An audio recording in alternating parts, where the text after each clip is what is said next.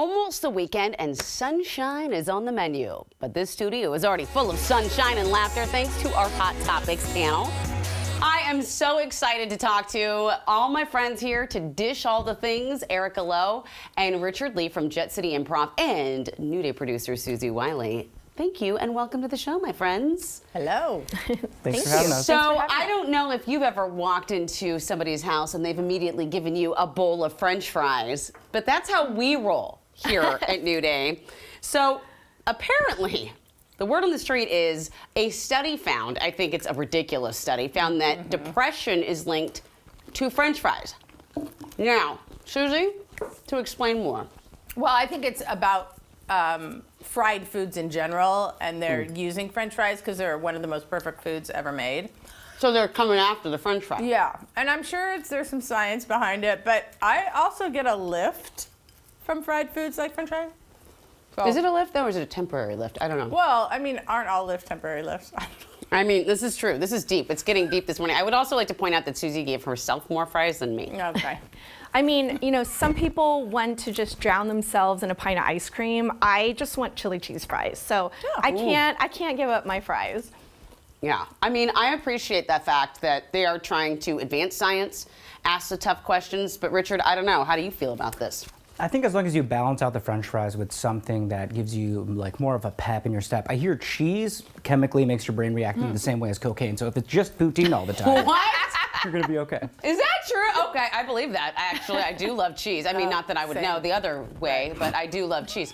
By the way, can I get a burger with that? Because Omaha Steaks now It's amazing. is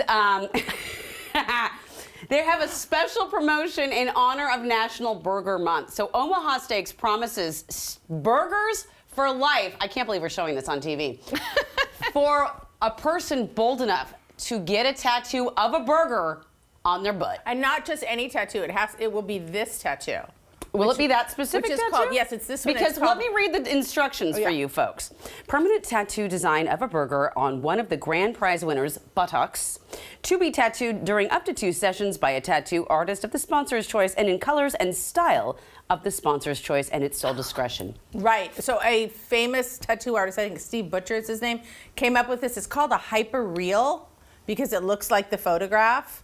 And that is what you will That is receive. what you have? That is what you will To receive. scale. Yeah, but you're going to get steaks for life or burgers for life, right? But that's the thing is it's like there's only a chance to get Yeah. steaks for life. So you might do this and get nothing. Yeah, they do say up to 1, so maybe even 0. I would get the tattoo just for the love of the tattoo, Yeah. just like an intricate chess piece. Does it have to be on the butt?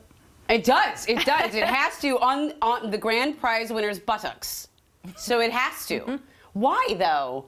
I don't know. I mean, is there anything you would do this for? What if they're not good-looking buttocks? What if they choose somebody and the buttocks aren't? I mean, I'm just saying. Mine doesn't look like that. I'll tell you that right now. Not all buttocks are created equal. That's all. That's all. Yeah, I can't. There's no food that I would want unlimited supply and tattooed on my bum. So there's nothing. I mean, I will say this. If there's one thing I would do that for, like my kids' education, like UW, right there. Okay. UCLA, right there. Like if it's for education for my children, yes, sure, why not? But a bunch of burgers, I don't know, Richard? If it was like Korean short ribs, I just get a hyper photorealistic Korean short rib Okay. tattooed on my butt for a lifetime supply. I would definitely do that. You would do that, okay. Yeah, Suzie? Tacos. 100% you would. Actually, hi, taco time. Suzie has a promotion for you. We can talk later. You can call us at any time. So, are you all fans of Disney? Yes. Are you a huge Disney fan, Erika? I mean, I grew up close to Disneyland, did? so it was part of my childhood. So definitely a bit of a Disney fan. Okay, I hear that. Well, have you ever heard of the term Disney bounding? Now, this is when adults go to Disneyland kind of dressed like a Disney character because the rule is at Disney, you cannot wear a costume.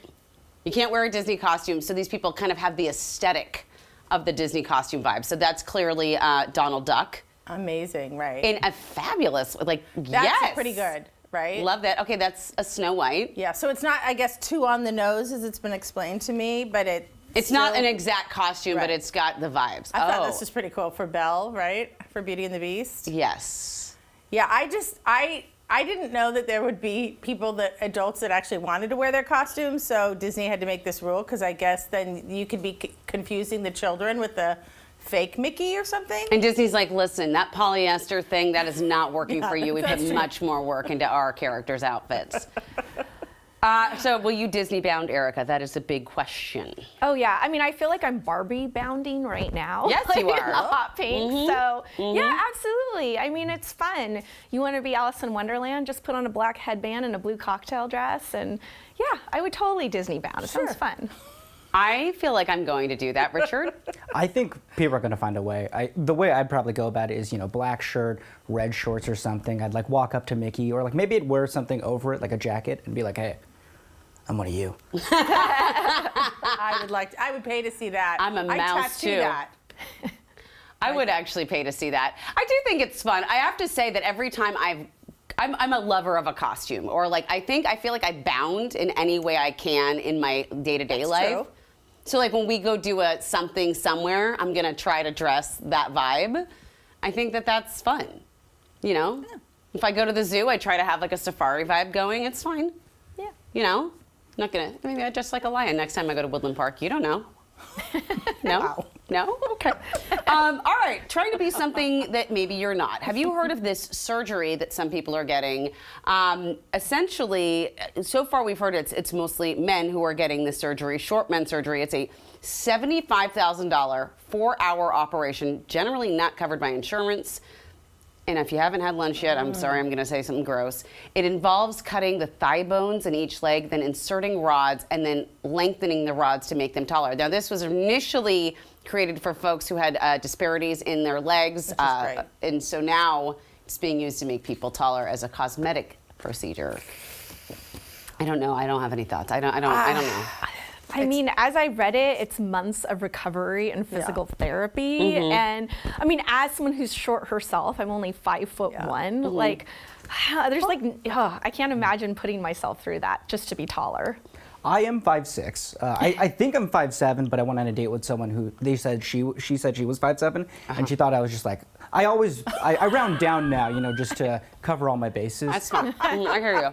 I don't think I would extend my length. I don't know. I could maybe wear stilts or something, like someone in a parade. Lifts in your shoe. I'm fine with my height. I think it's not that big of a deal, My dad did. He used to wear lifts, and then my mom was like, just wear cowboy boots and let's call it good. So he just was an Italian guy walking around in cowboy boots, NBD. That's cool. Speaking of fashion item is irking some of the people on our panel here today.